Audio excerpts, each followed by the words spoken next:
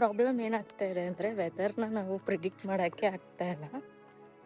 ಅಪ್ಪಿನೂ ಕೂಡ ಇವತ್ತು full green day celebrate ಮಾಡ್ತಾ ಇದ್ದೀವಿ. ನಮಗೆ ಸೋಪು, ಟೂತ್ ಪೇಸ್ಟ್, ಬ್ರಷ್ ಎಲ್ಲಾನು ನಿಮ್ಗೆ ಈ ರೀತಿ ಕೊಟ್ಟಿದ್ದಾರೆ.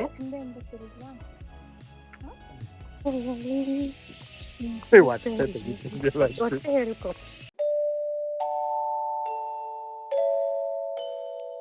Hello, good morning. ಟೈಮ್ ಈಗ ಒಂದು 5 ಗಂಟೆ ಅಂತ ಅನಿಸುತ್ತೆ. ಎಲ್ಲನೂ ಕೂಡ ಅನ್ಪ್ಲ್ಯಾನ್ಡ್ ಆಗಿದೆ. ನನಗೆ ಏನು ಪ್ಲ್ಯಾನ್ ಮಾಡ್ಕೊಂಡಿದ್ದೆ ಅದು ಯಾವುದೂ ಆಗಿಲ್ಲ. ಸೊ ಪ್ಲ್ಯಾನ್ ಮಾಡದೇ ಇರೋದನ್ನು ಎಕ್ಸ್ಪೆರಿಮೆಂಟ್ ಮಾಡ್ತಾಯಿದ್ದೀನಿ. ಅನ್ಎಕ್ಸ್ಪೆಕ್ಟೆಡಾಗಿ ಕಳಶಾಗಿ ಹೋಗ್ತಾ ಇದ್ದೀವಿ. ಅಲಾರಾಮ್ ಮಾತ್ರ ಬಡ್ಕೋತಾನೇ ಇದೆ. ಎದ್ದಿದ್ದೀವಾಗ ಹೆಂಗೆ ಎದ್ದಿದ್ದೀವೋ ಹಂಗಂಗೆ ಬಾಯಿ ಮುಕ್ಕಳಿಸ್ಕೊಂಡು ಬ್ರಷ್ ಮಾಡಿಕೊಂಡು ನೀರು ಹಾಕ್ಕೊಂಡು ಜೂಟ್ ಹೋಗ್ತಾ ಹೇಳ್ತೀನಿ ಏನೇನೆಲ್ಲ ಕತೆ ಆಗಿದೆ ಅಂತ. ಸೊ ಇವತ್ತು ಅಪ್ಪಿ ಬರ್ಡೇ, ಅದಕ್ಕೆ ಸರ್ಪ್ರೈಸ್ ಮಾಡಬೇಕು ಅಂತ ಅಂದ್ಕೊಂಡೆ. ಬಟ್ ನನ್ನ ಸರ್ಪ್ರೈಸ್ ಎಲ್ಲ ನನ್ನೇ ಸರ್ಪ್ರೈಸ್ ಮಾಡಿಬಿಡ್ತು. ಅದಕ್ಕೆ ಅವನಿಗೆ ಹೇಳ್ಬಿಟ್ಟೇ ಹೋಗೋದು ರೀತಿ ಆಯಿತು. ಅದೆಲ್ಲ ನಾನು ಹೋಗ್ತಾ ಹೇಳ್ತೀನಿ. ಸೊ ಇವತ್ತಿನ ದಿನ ಹೇಗೆ ಹೋಗುತ್ತೆ ಅಂತ ನೋಡೋಣ ಬನ್ನಿ. ನಾವು ಹೋಗ್ತಾ ಇರೋದು ನಮ್ಮ ಲೊಕೇಶನಿಂದ ಆಲ್ಮೋಸ್ಟ್ 260 to 280 ಕಿಲೋಮೀಟರ್ಸ್ ತೋರಿಸ್ತಾ ಇದೆ. ಘಾಟ್ ಸೆಕ್ಷನ್ಸ್ ಎಲ್ಲ ಇರುತ್ತೆ ಅಲ್ಲ, ಆಬ್ವಿಯಸ್ಲಿ ಪಾಪ ಅಪ್ಪಿಗೆ ಒಬ್ಬನೇ ಡ್ರೈವ್ ಮಾಡೋದು. ಅವನಿಗೋಸ್ಕರ ನಾನೇ ಎದ್ದಿರಬೇಕು. ನಾನು ಎದ್ದಿರ್ತಿಲ್ಲ, ನನಗೆ ಡೌಟು. ವೆದರ್ ತುಂಬ ಸಪೋರ್ಟ್ ಮಾಡುತ್ತಾ ಇಲ್ಲ. ನನಗೆ ಮೊದಲೇ ಇವಾಗ ಹುಷಾರಿಂದ ಎದ್ದಿದ್ದೀನಿ ಸ್ವಲ್ಪ ಒಂದು ಮಟ್ಟಕ್ಕೆ. ಈಗ ಮತ್ತೆ ನಾನು ಹುಷಾರು ತಪ್ಪಕ್ಕೆ ರೆಡಿ ಇಲ್ಲ. ಸೊ ನೋಡೋದ. ಸಾಕು ಬಿಡುತ್ತವು. ಗಿಫ್ಟ್ ಅಂಕಲ್ ಒಪ್ಪಿ ಗಿಫ್ಟ್ ಬೇಕಾ ನಿಮಗೆ? ಬಿಡು, ನೋಡ್ಲಿ ಎಲ್ಲ ಜನ ಹೆಂಗೆ ಹೋಗ್ತಾ ಇದ್ದೀವಿ ಅಂತ. ಮಗ ತೊಳಿ ಹೋಗ್ಲಿ. ಸ್ನಾನ ಏನಾದ್ರು ಮಾಡಿದೀನಿ. ನೀನು ಮದುವೆ ಹುಡುಗ ಅಂತೀನಿ, ಬರ್ಡೇ ಬಾಯ್ ಅಲ್ಲ. ಸೊ ನೀನು ಮಾಡಿದ್ರಲ್ಲಿ ಒಂದು ಅರ್ಥ ಇದೆ. ಹೇಳ ಕೊಳೆ ಆಯ್ತು, ಹಂಗೆ ಅನ್ಕೋ. ಹಿಂದಿನ ದಿನವೇ ನಾನು ಪೂಜೆ ಸಾಮಾನೆಲ್ಲನೂ ಕ್ಲೀನ್ ಮಾಡಿ ನೀಟಾಗಿ ವಾರ ಮಾಡಿದ್ದೆ. ಸೊ ಅವನು ಬೆಳಿಗ್ಗೆ ಎದ್ದು ನಾರ್ಮಲಾಗಿ ಸ್ನಾನ ಮಾಡಿಕೊಂಡು ಪೂಜೆ ಮಾಡಿ ಅಲ್ಲಿಂದ ನಾವು ನಮ್ಮ ಜರ್ನಿನ ಸ್ಟಾರ್ಟ್ ಮಾಡ್ಕೊಂಡ್ವಿ. ಎಲ್ಲ ಲಗೇಜ್ ಎಲ್ಲನೂ ಎತ್ಕೊಂಡು. ಮಾಡ್ಕೊಳಕ್ಕಾಗ್ತಾ ಇಲ್ಲ, ತುಂಬಾ ಕಷ್ಟ ಆಗ್ತಾ ಇದೆ. ಲಗೇಜ್ ಜಾಸ್ತಿ ಆಗೋಗಿದೆ. ಈ ತರ ಎಲ್ಲ ಹೋಗ್ತಾ ಇದೀವಿ.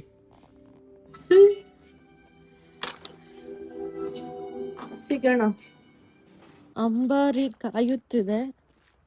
ನಾವು ಈಗ ಲಗೇಜ್ ಅನ್ನು ಹಾಕಿ ಹೊರಡೋಣ. ಗೈಸ್, ಹೊರಟಿದೀವಿ ಈಗ. ಇಲ್ಲೇ ಈ ತರ ಇದೆ ವೆದರು. ಇನ್ನ ಹತ್ತತ್ತ ರೀಚ್ ಆದ್ಮೇಲೆ ಹೆಂಗಿರುತ್ತೋ ಗೊತ್ತಿಲ್ಲ. ಎಲ್ಲ ಯಾವುದೇ ರೀತಿ ಎಡಿಟ್ ಹಾಕಲ್ಲ, ಫುಲ್ ಕಂಪ್ಲೀಟ್ ಆಗಿ ರಿಯಲಿಸ್ಟಿಕ್ ಆಗಿ ಹಾಕ್ತೀನಿ. ನಾನು ಕಾಣಿಸ್ತಾ ಇದ್ದೀನ? ಓಕೆ, ಇವಾಗ ನಾನು ಕಾಣಿಸ್ತಾ ಇದ್ದೀನಿ ಅಂತ ಅನ್ಸುತ್ತೆ. ಅಲ್ವಾ? ಇವಾಗ ನಾನು ಪಕ್ಕ ಕಾಣಿಸ್ತಾ ಇದ್ದೀನಿ, ಯಾಕೆಂದ್ರೆ ಮುಂದ್ಗಡೆ ಮಿರರಲ್ಲಿ ನೋಡ್ಕೊತಾ ಇದ್ದೀನಿ ನಾನು. ಸೊ ನಾನು ಆಲ್ರೆಡಿ ಬೆಡ್ಶೀಟ್ ಎಲ್ಲ ಹಾಕೊಂಡು ರೆಡಿ ಆಗ್ಬಿಟ್ಟಿದ್ದೀನಿ ವೆದರ್ಗೆ. ಇದು ಅಲ್ಲೇ ಹಾಕಿದ್ದೆ, ಸಿಕ್ತು ಫೈನಲಿ ಕಿವಿಗೆ ಇದು ಹಾಕೊಳ್ಳೋದು. ಸೊ ಲೆಟ್ಸ್ ಗೋ ಕಳಸ. ಏನ್ ಗೊತ್ತಾ ವಿಷಯ ಏನಾಗಿದ್ದು ಅಂದ್ರೆ, ಈಗಲೇ ಹೇಳ್ಬಿಡ್ತೀನಿ, ಫುಲ್ಲು ನಿಮ್ಗೆ ಎಳ್ಯಕ್ ಹೋಗಲ್ಲ ನಾನು. ಅಪ್ಪಿ ಅದು ಕ್ಯೂ ಅನ್ನೋದು ಆಫ್ ಮಾಡು. ಓ, ನನ್ನಿಂದನಾ ಅದು? ಮತ್ತೆ ಇವಾಗ ಆಫ್ ಆಯ್ತು. ಓಕೆ, ನಾನು ಪ್ಲಾನ್ ಮಾಡಿದ್ದು ವಯನಾಡ್. ಅನ್ಎಕ್ಸ್ಪೆಕ್ಟೆಡ್ ಆಗಿ ನಾನು ಕಳಸಾಗೆ ಹೋಗ್ತಾ ಇದ್ದೀವಿ. ನಾನು ಇವನ್ಗೊಂದು ಚೂರು ಕ್ಲೂ ಕೂಡ ಕೊಟ್ಟಿರಲಿಲ್ಲ. ನಾನು ವಯನಾಡಲ್ಲೆಲ್ಲ ಪ್ಲಾನ್ ಮಾಡಿದ್ದೀನಿ, ಇಬ್ರು ಒಂದು ಕ್ವಾಲಿಟಿ ಟೈಮ್ನ ಸ್ಪೆಂಡ್ ಮಾಡೋಣ ಅಂತ. ಬಟ್ ಅಲ್ಲಿ ಸ್ವಲ್ಪ ಮಳೆ ಎಲ್ಲ ಜಾಸ್ತಿ ಆಗಿ ಏನೋ ಕುಸಿತ ಎಲ್ಲ ಆಗಿ ಇಶ್ಯೂ ಆಗಿರೋದ್ರಿಂದ ಅಲ್ಲಿ ಸ್ಟೇ ಅವರೇನೆ ಬರಕ್ಕೆ ಹೋಗ್ಬೇಡಿ ಅಂತ ನನಗೆ ಮೇಲ್ ಕಳಿಸಿದ್ರು. ಎನಿವೇಸ್ ಅವ್ರ ಕಡೆಯಿಂದನೇ ಅದು ಬಂದಿರೋದ್ರಿಂದ ನಾನು ರಿಸ್ಕ್ ತಗೊಂಡು ಇವನ್ನ ಕರ್ಕೊಂಡೋಗಿ ಆಮೇಲೆ ಇನ್ನೇನೋ ಹೆಚ್ಚು ಕಮ್ಮಿ ಆಗಿ ಅವೆಲ್ಲ ರಿಸ್ಕೇ ಬೇಡ ಅಂತ ಅಂದ್ಬಿಟ್ಟು ನಾನು ಇಮಿಡಿಯೇಟ್ ಆಗಿ ಚಿಕ್ಕಮಂಗ್ಳೂರ್ ಕಡೆ ನೋಡಿದೆ. ನನ್ನ ಕರ್ಮಕ್ಕೆ ಚಿಕ್ಕಮಂಗ್ಳೂರಲ್ಲೂ ಮಳೆ ಜಾಸ್ತಿ ಆಗಿತ್ತು. ಸೊ ಅಲ್ಲೂ ಸ್ಟೇ ಎಲ್ಲಾನು ಇಮಿಡಿಯೇಟ್ ಆಗಿ ಫಟ್ ಅಂತ ಸಿಗ್ಲಿಲ್ಲ.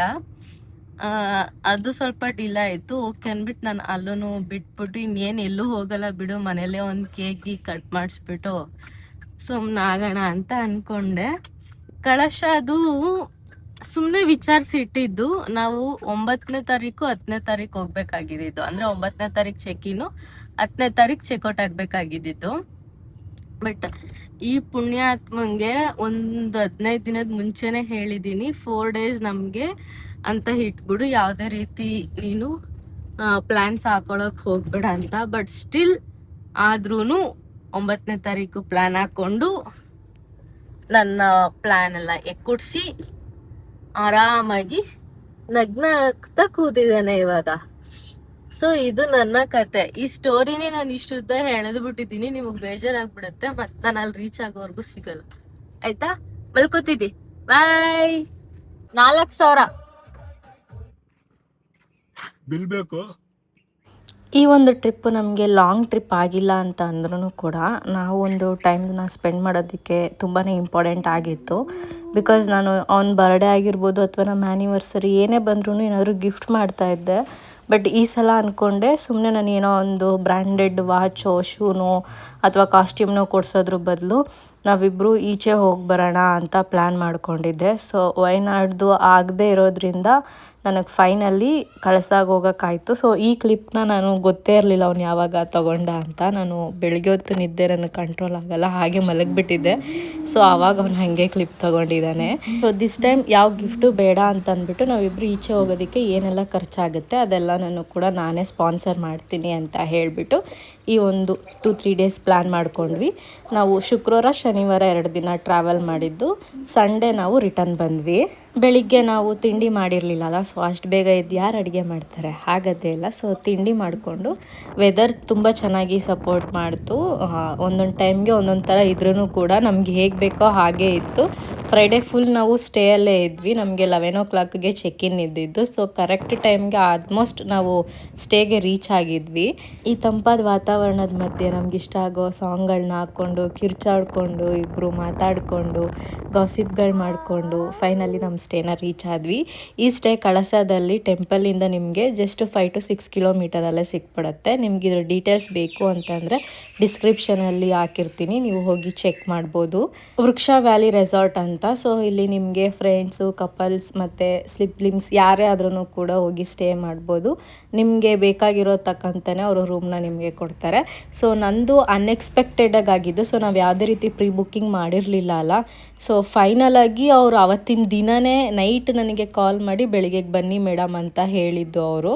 ನಾನು ಲಕ್ಕಿಲಿ ಓಕೆ ಒಂದು ದಿನಕ್ಕಾದ್ರೂ ನಮಗೆ ಸಿಕ್ತಲ್ಲ ಸ್ಟೇಗೆ ಅಂತ ಅಂದ್ಬಿಟ್ಟು ನಾನು ಫ್ರೈಡೇ ಬೆಳಿಗ್ಗೆನೇ ಹೊರಟ್ಬಿಟ್ವಿ.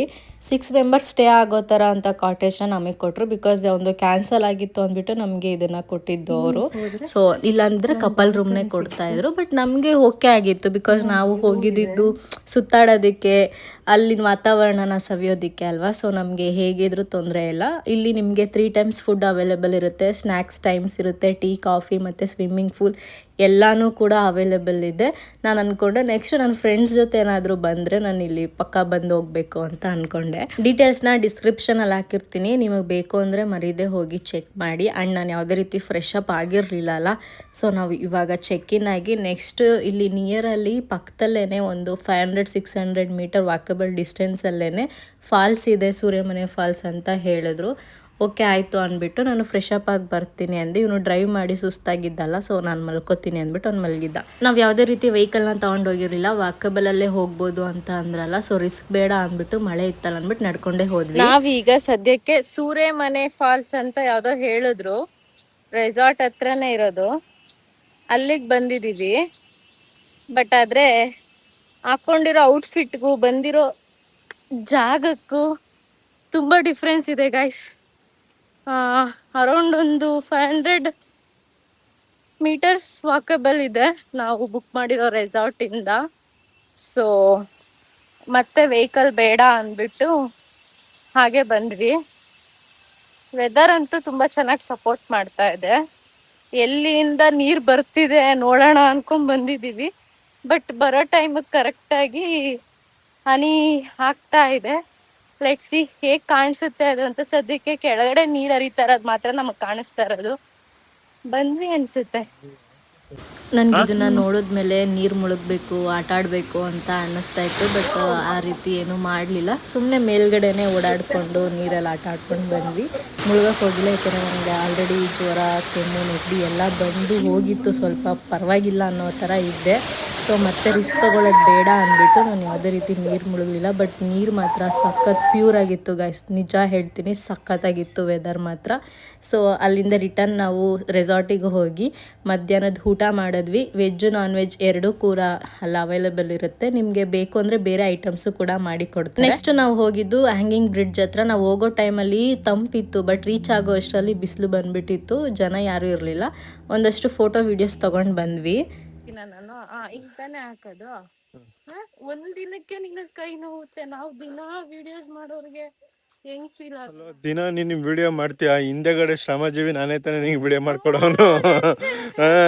ಕುಂತ್ಕೆ ಎಡಿಟ್ ಮಾಡ್ಬಿಟ್ಟು ವಿಡಿಯೋಗೆ ನೀನು ಒಬ್ಳೆ ಮಾಡ್ಕೊಟ್ಬಿಡ್ತಿದ್ದ.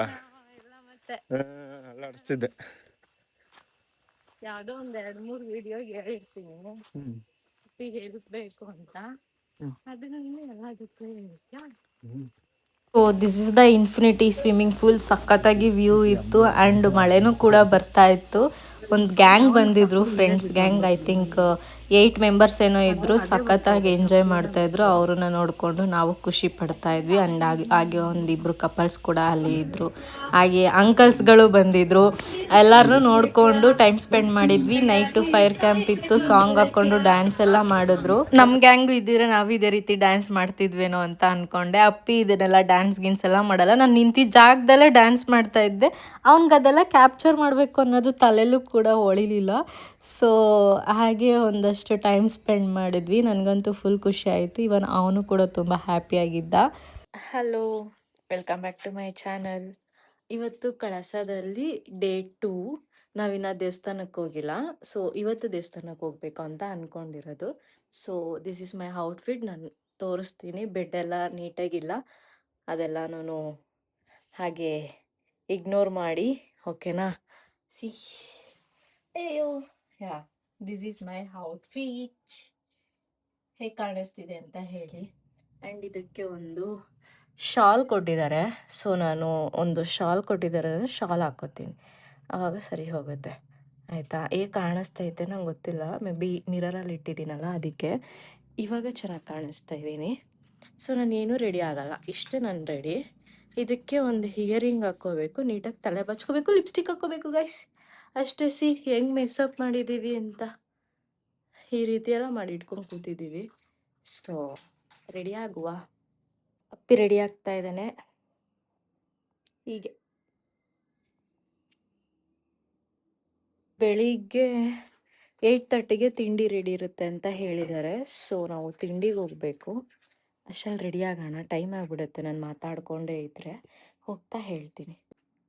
6 ಗಂಟೆಯಿಂದ ನೂಲಿತಾ ಇದೆಯಾ ಮಿರರ್ ಮುಂದೆ ನಿಂತ್ಕೊಂಡು. ಮಾತಾಡ್ಬೇಡ ಬಿಡು. ಎರಡು ಗೊತ್ತೈತಿ ಕಣೆ ಮಿರರ್ದು.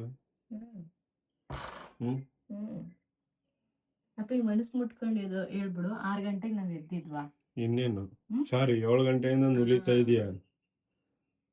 ಸುಳ್ಳು ಸುಳ್ಳು ಸುಳ್ಳು ಸುಳ್ಳು. ನೋಡು ನಿನ್ ಪೇಟೆ ಅಂಗಡಿನ. ಅಷ್ಟು ಅವಮಾನ ಮಾಡಬೇಡ ಆಯ್ತಾ? ಮತ್ತೆ ಎಂತಕ್ಕೆ ಎತ್ಕೊಂಡು ಹೋದೆ? ಇವಾಗ ಟೆಂಪಲ್ಗೆ ಹೋಗ್ತಾ ಇದ್ದೀವಿ. ಸೊ ನೀವೇ ಇವಾಗ ನೋಡಿ. ನನಗೆ ಫುಲ್ ಕನ್ಫ್ಯೂಷನ್ ಆಗ್ತಾ ಇದೆ. ಏನು ಗೊತ್ತಾ, ಯೂಟ್ಯೂಬಿಗೆ ವಿಡಿಯೋ ಮಾಡಲಾ ಅಥವಾ ಇನ್ಸ್ಟಾಗ್ರಾಮಿಗೆ ವಿಡಿಯೋ ಮಾಡಲಾ ಅಥವಾ ವಿಡಿಯೋನೇ ಮಾಡೋದು ಬೇಡವಾ? ಏನು ಗೊತ್ತಾಯ್ತಾ ಇಲ್ಲ. ಸಾಟರ್ಡೆ 11 ನಮಗೆ ಚೆಕ್ಔಟ್ ಇತ್ತು. ನಾವು 10 ಗಂಟೆ ಅಷ್ಟರಲ್ಲೆಲ್ಲ ಚೆಕ್ಔಟ್ ಮಾಡಿಬಿಟ್ವಿ. ತಿಂಡಿ ಮುಗಿಸ್ಕೊಂಡು ಡೈರೆಕ್ಟು ಕಳಸ ಟೆಂಪಲ್ ನೋಡಿಕೊಂಡು ಹೊರನಾಡ್ ಟೆಂಪಲ್ ಮುಗಿಸಿದ್ವಿ. ಅಲ್ಲಿಂದ ಧರ್ಮಸ್ಥಳ ಹೋದ್ವಿ, ಗಣಪತಿ ಟೆಂಪಲ್ಗೆ ಹೋದ್ವಿ, ಅಲ್ಲಿಂದ ಕುಕ್ಕೆಗೆ ಹೋಗಿ ಮೈಸೂರು ಮನೆಗೆ ಬೆಳಗಿನ ಜಾವ ರೀಚ್ ಆದ್ವಿ ಭಾನುವಾರ. ಈ ಸ್ಮಾಲ್ ವಿಡಿಯೋ ಇಷ್ಟ ಆಗಿದ್ರೆ ಲೈಕ್ ಮಾಡಿ, ಶೇರ್ ಮಾಡಿ, ಸಬ್ಸ್ಕ್ರೈಬ್ ಮಾಡಿ. ಮತ್ತೆ ಸಿಗ್ತೀನಿ.